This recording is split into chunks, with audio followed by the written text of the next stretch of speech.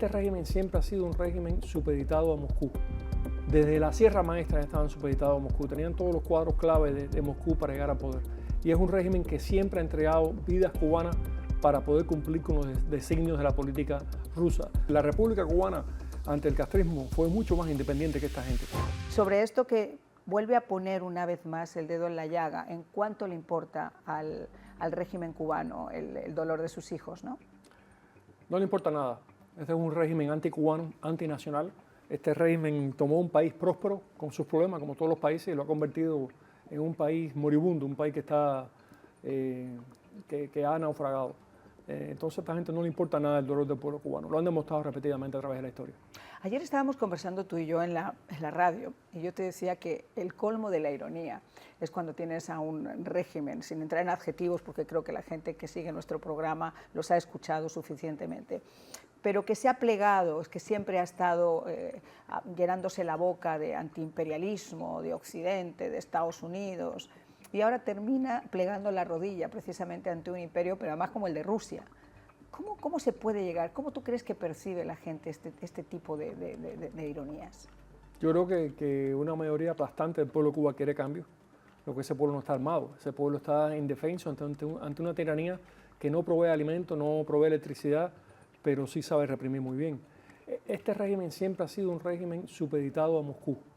Desde la Sierra Maestra estaban supeditados a Moscú, tenían todos los cuadros clave de Moscú para llegar al poder. Y es un régimen que siempre ha entregado vidas cubanas para poder cumplir con los designios de la política rusa. Son unos sátrapas, es decir, la República Cubana ante el castrismo fue mucho más independiente que esta gente. No fue ni un solo cubano enviado por Cuba a pelear en la Primera o la Segunda Guerra Mundial. Cuba se reservó ese derecho. Aunque declaró la guerra, no participó. Esta gente, en cuanta aventura lo han enviado los rusos, han ido a participar. Más de 20.000 mercenarios cubanos, 39 aparentemente muertos. ¿Cómo se inicia esta investigación y cómo han podido ustedes llegar a estas cifras que además, según comentábamos, se pueden incluso multiplicar por 10 o por 15? Empezamos a enterarnos por vía de sectores o desafectos en esa operación y de gente en Cuba hablando de esto. Hemos hecho una investigación extensa, hemos viajado a Ucrania, hemos estado en contacto con las autoridades ucranianas.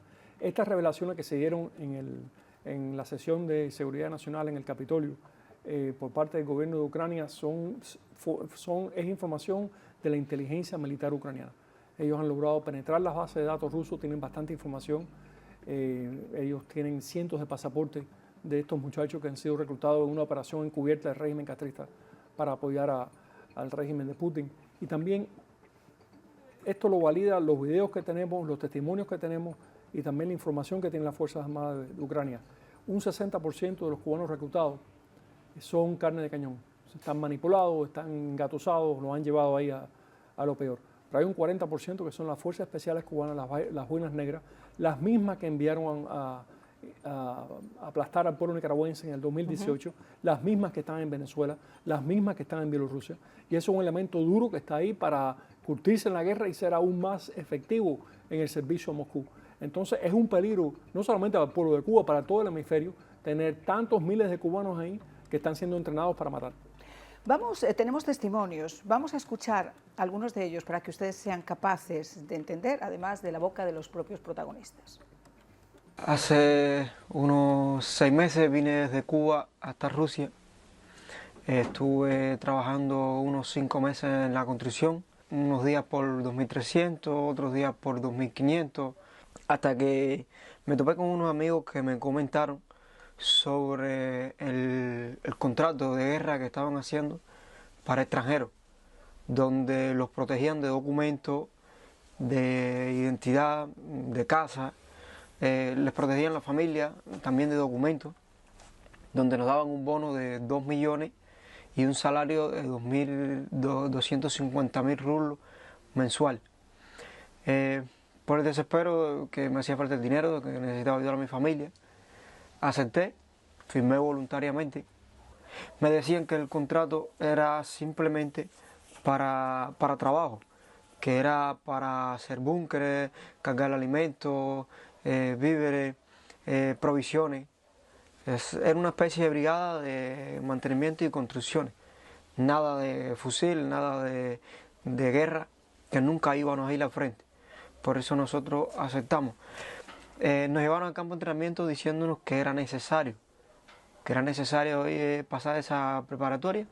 Tuvimos unos casi 20 días duros, entrenamientos duros, donde teníamos que tener mucha resistencia.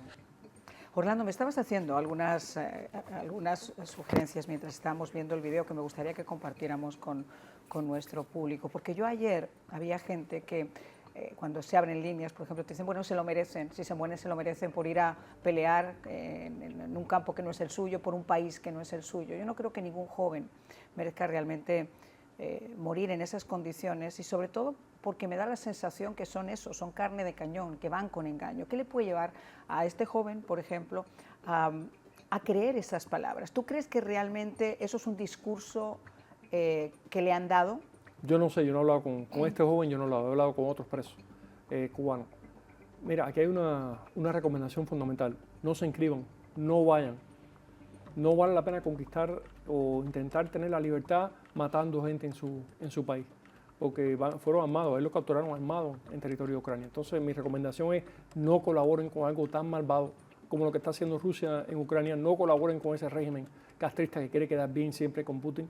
Hay que tener una resistencia moral, una resistencia cívica ante eso, porque no es legítimo que por necesidad, por pobreza, vayas a matar a un extraño en su país, en su suelo. No hay razón para eso.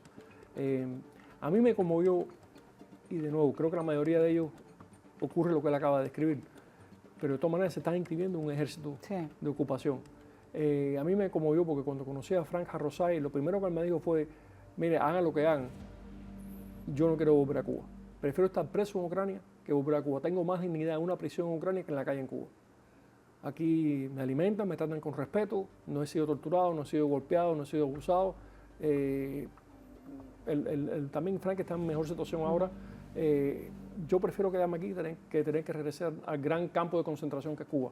Eso lo digo yo, él no dijo campo de concentración, él dijo prefiero quedarme aquí a regresar a Cuba.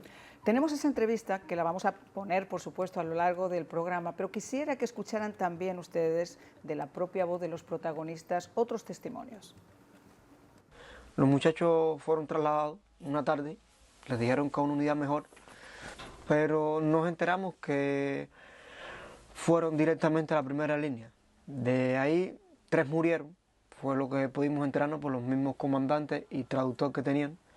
Cada cual salió corriendo a buscar su refugio, a esconderse en un clíter, en un búnker. Yo di una especie de vuelta. Cuando regresé al mismo lugar al cabo de las horas, eso fue en la mañana, yo regresé a las 4, salí del escondite donde estaban todos mis compañeros muertos, todos.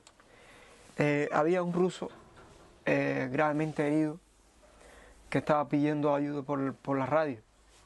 Se escuchaba que le respondían, pero yo no sé el idioma, no sé, es decir, de ahí estuve en el plazo de más de 24 horas y nunca llegó ninguna ayuda. Orlando. Bueno, es una guerra atroz. A mí me contó uno de los presos de guerra que el primer día en el centro de entrenamiento militar, en territorio ocupado de Ucrania, vio morir 14 jóvenes cubanos, porque hubo un ataque sorpresivo de los ucranianos, los rusos sabían dónde esconderse y rápidamente buscaron refugio, los cubanos estaban perdidos, sin hablar idioma, como decía. Vio 14 jóvenes cubanos morir. Lloró cuando me hacía ese cuento, fue devastador. Mira lo que él cuenta ahora, 10 jóvenes cubanos o quizás más muertos en un solo combate, un solo día de guerra. Hay otra parte del video donde él habla de las decenas de muertos rusos que él ha visto.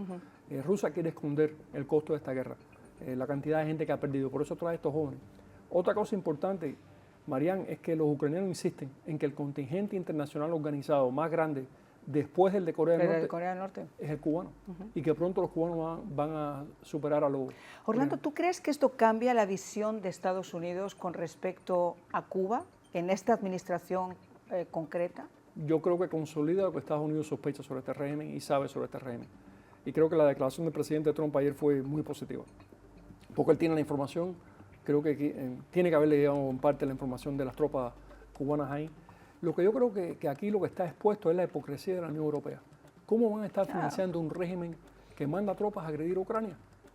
El deep state europeo. Y esto no es el lenguaje de ficción o de hay una conspiración de un Estado profundo europeo socialista, comunista, que ha querido tapar esta realidad. Y ahora, gracias a esta Sin sesión... contar, y perdónenme que sea tan honesta, con el lavado de dinero que se produce con Gaesa y con los famosos hoteles, etcétera, etcétera. Una isla donde el turismo ha decrecido de la forma que ha decrecido, donde lo que siguen haciéndose son hoteles y hoteles y hoteles, donde la mano de obra la pone Gaesa, donde el material lo pone Gaesa, donde todo lo hacen los militares cubanos. Hombre, hace falta poner el cascabel al gato y decirle, ¿están lavando dinero? Yo creo que es demasiada la ayuda europea al régimen comunista de Cuba para que no haya algún tipo de corrupción.